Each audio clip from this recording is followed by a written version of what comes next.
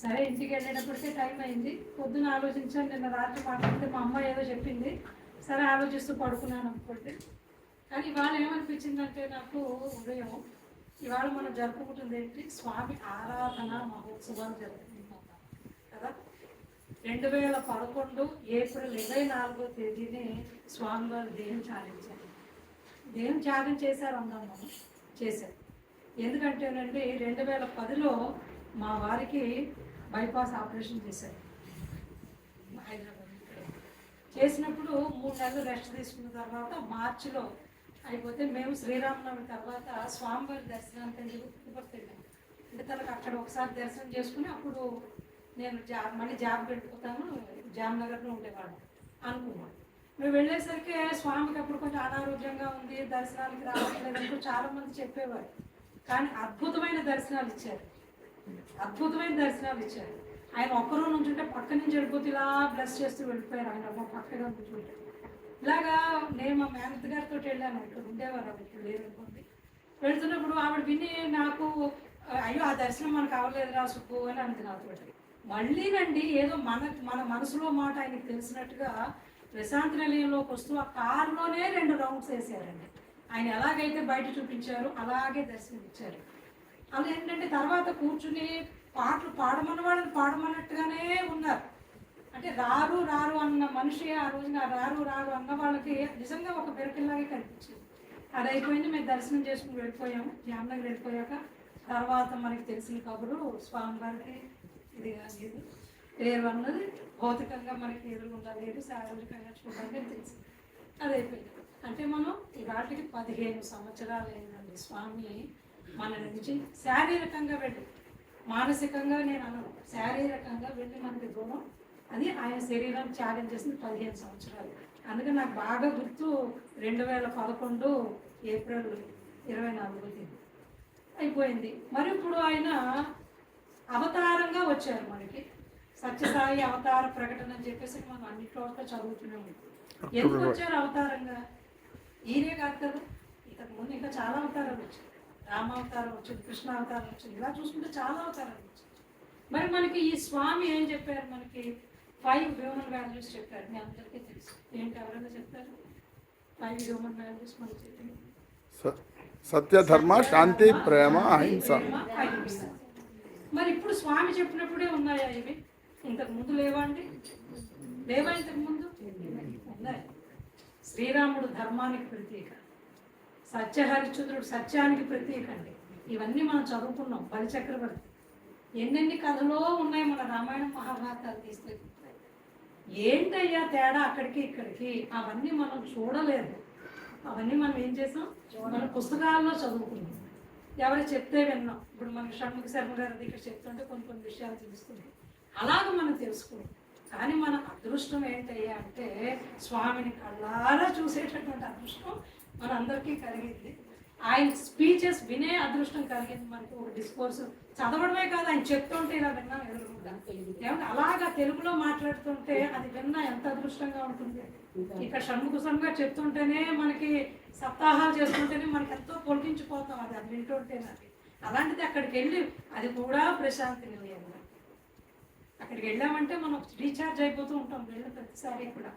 అలాగా ఆయన అక్కడికి వెళ్ళేటప్పటికీ అక్కడ వినే అదృష్టం మన అందరికీ కలిగింది. ఇంకా చాలా ముందుని ఆయనకి దగ్గరగా ఉన్నవాళ్ళు చాలా మంది ఉండొచ్చు, చాలా అదృష్టం ఉంటుంది వాళ్ళు అందరూ కూడా. కానీ మనకు కూడా అదృష్టం ఉంటుంది ఆ విషయంలో. ఇవాళ మనం ఆరాధన ఉత్సవం అని చెప్పి చేసుకుంటాం. మనం స్వామిని ఎందుకు ఎక్కువ తలుచుకుంటూ ఉంటామంటే ఆయన ఎప్పుడూ కూడా మనం వేరు ఆయన వేరు అన్నట్టుగా ఎక్కడ సంబోధించలేదు. ఆయన ఎప్పుడు కూడా, ఆయన ఎప్పుడు సంబోధించినా మీరు వింటుంటే అన్నీ ప్రేమాత్మ స్వరూపులారా, అవునా, దివ్యాత్మ స్వరూపులారా అనే సంబోధించేవారు.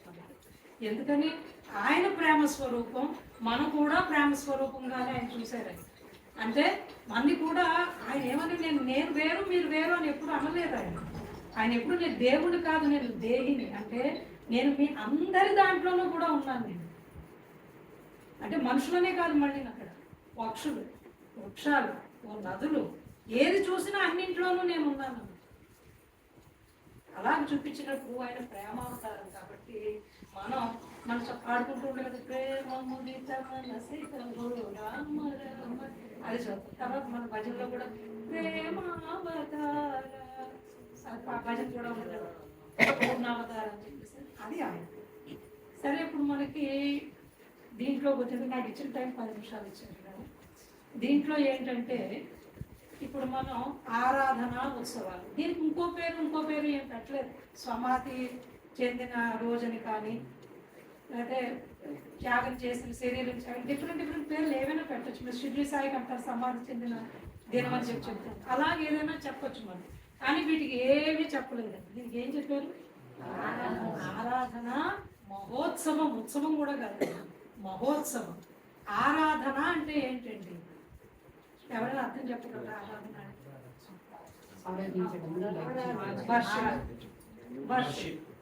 ఒక డివోషన్. ఎందుకు ఆరాధనకి ప్రేమకి తేడా ఏముంటుంది? ఆరాధనకి ప్రేమకి తేడా ఎవరు చెప్పగలరా? ఆరాధనకి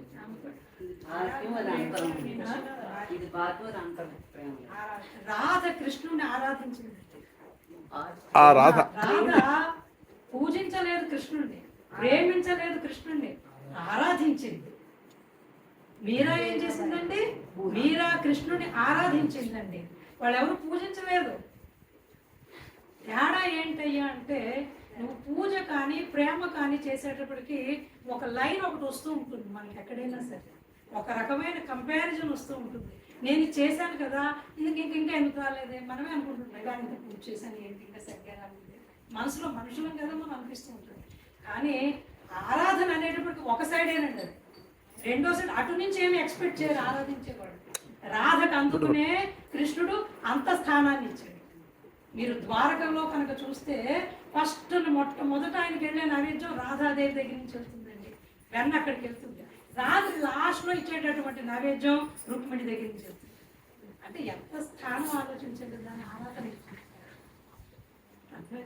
దీంట్లో ఇంకేమీ లేదు. ఇంక అసలు ఎదురుకుండా నాకు శూన్యం, నువ్వు ఉన్నావో లేవో నాకు అక్కర్లేదు, నేను ఆరాధిస్తూనే ఉంటాను, నా జీవితం అంతా చేస్తూనే ఉంటాను. అంటే అది అన్కండిషనల్ లవ్ అని కన్నా కూడా ఇంకా ఎక్కువలోకి వెళ్తున్నాం. మనకి స్వామి చూపించింది, మనకి స్వామి అంత ప్రేమ చూపించారండి. మీకు అందరికీ చాలా చాలా చాలా చాలా అనుభవాలు అనుభూతులు ఉంటుంది కదా. అందుకని దీని ఆరాధన అన్నారు. అంటే మనం అలాగ ఆరాధించాలి ఆయన. ఆయన లేరు ఇక్కడ, ఉంటేనే చేస్తానని కాదు. నువ్వు ఉన్నా లేకపోయినా మేము మీ వాళ్ళమయ్యా, మేము మీ వాళ్ళం, నువ్వు మా వాడు అని నేను అన్నాను. ఇంకా నువ్వు అనుకోవచ్చు కాదొచ్చు లేదు, మేము నీ వాళ్ళమయ్యా అంటూ ఆరాధించండి ఆయన. మహోత్సవం. ఉత్సవం అంటే చిన్న పండుగ జరుపుకుంటాం, దాన్ని ఉత్సవము అంటాం. మహోత్సవం అంటే చాలా ఘనంగా చేయండి.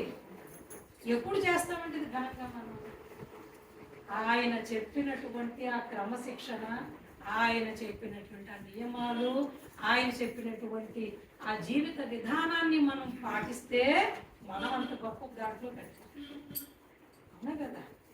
ఇప్పటికే నిజంగా వాటర్ క్యాంప్కి వెళ్ళి చూస్తుంటే అందరూ ఎంత చక్కగా సేవ చేస్తుంటారు.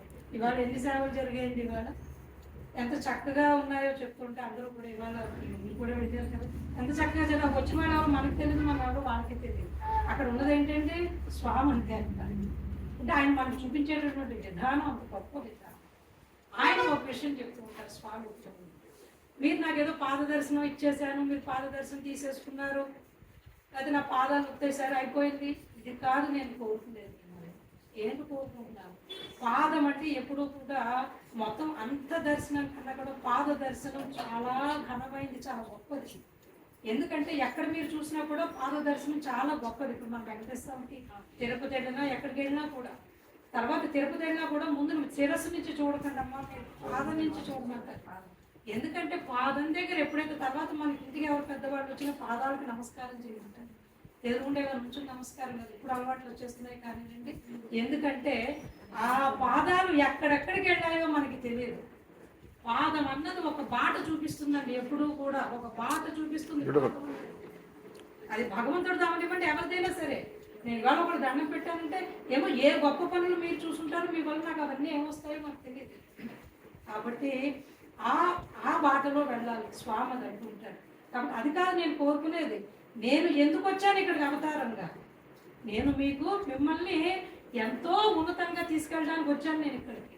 అంటే నా పాదం ఎక్కడి వరకు తీసుకెళ్ళగలదో మీరు అంత ఉన్నత స్థాయికి వెళ్ళడానికి ప్రయత్నం చేయండి, వదిలేయకండి ఎక్కడో కూడా అని ఆయన చెప్తారు. ఆయన ప్రేమ గురించి అసలు మనం చెప్పక్కర్లేదు.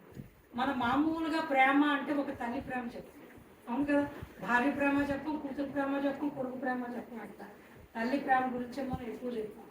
తల్లి ప్రేమకు ఒక చిన్న కథ చెప్తానండి, నాకు ఎప్పుడూ అది గుర్తొస్తూ ఉంటుంది.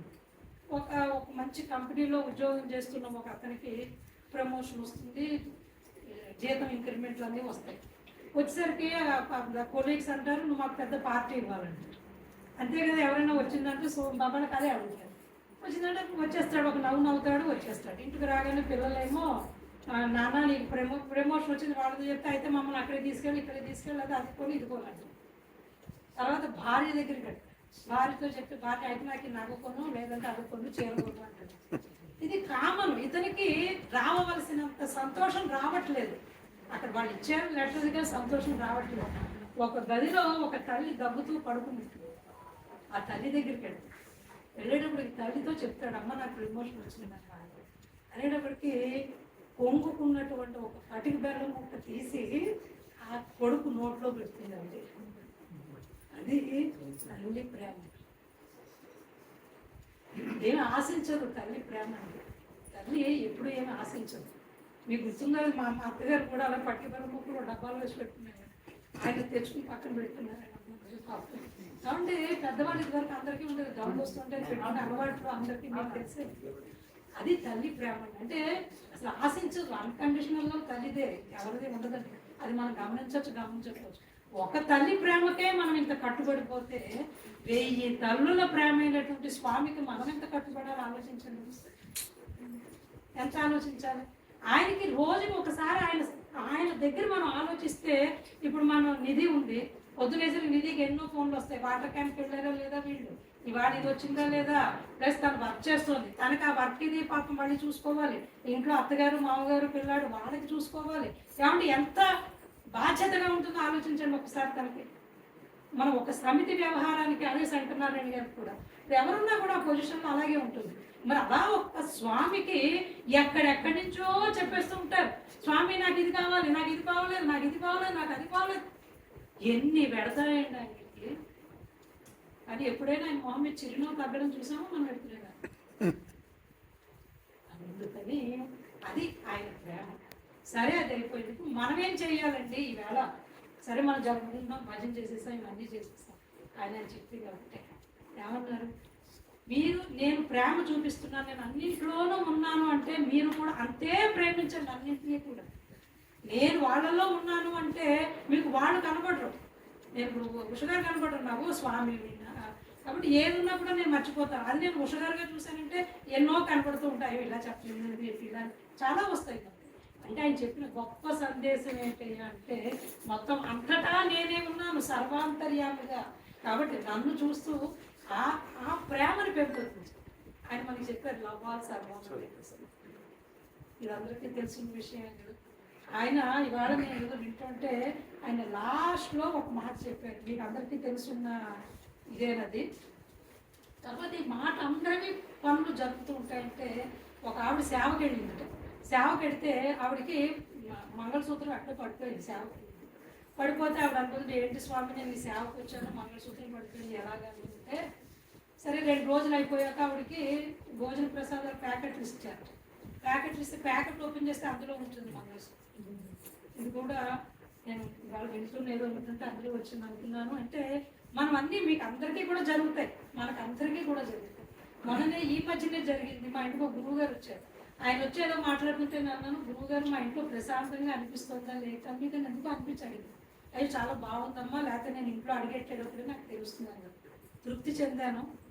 ఉషగారు ఫోన్ చేసి మన్నాడు పొద్దున్నేనండి, ముందు రోజు గురువు గారు సాయంకాలం వెళ్ళారు, మన్నాడు పొద్దున్నే ఉషగారు ఫోన్ చేసి, లక్ష్మి గారు ప్రశాంత్ నిలయంలో మీరు రాజశేఖర్ గారు ఫ్రంట్ లైన్లో కూర్చున్నారంటే, ఆవిడే ఫోన్ చేశారు, అది నేను 2వ రోజులో కూర్చున్నానంటే, స్వామి వచ్చి చేతుల మీద తల మీద చేతులు పెట్టి బ్లెస్ చేశాను.